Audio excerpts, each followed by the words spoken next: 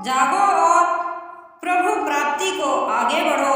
इस विषय में बहुत ही सुंदर एक कथा आती है।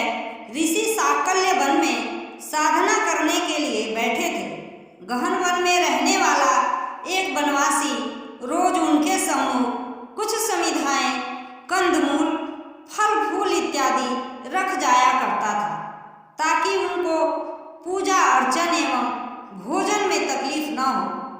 बहुत दिनों पश्चात उनका ध्यान इस ओर गया कि कोई उनकी सेवा कर रहा है। उन्होंने उससे कहा कि यदि उसे कोई वरदान की इच्छा है तो वह उसे मांग ले। इस पर वनवासी बोला, भगवान, मेरी तो एक ही इच्छा है कि परमात्मा संसार का पालन करते करते थक जाता होगा। वह यदि प्रसन्न रहेगा तो थकेगा नहीं। मैं चाहता हूँ कि वह सदा प्रसन्न रहे। उसके भक्ति भाव को जानकर ऋषि अवाक रह गए।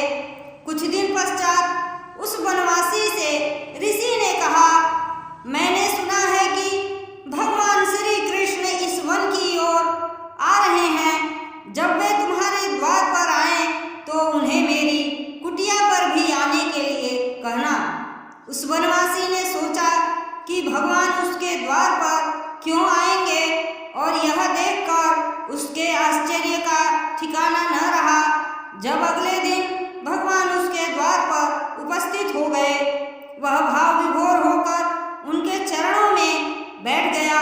भगवान उससे बोले, मुझे ऋषि साकल्य ने बताया कि तुम्हें मेरे कष्ट की चिंता थी, इसीलिए तुम्हारा सानिध्य पाने के लिए मैं यहाँ स्वयं उपस्थित हो गया।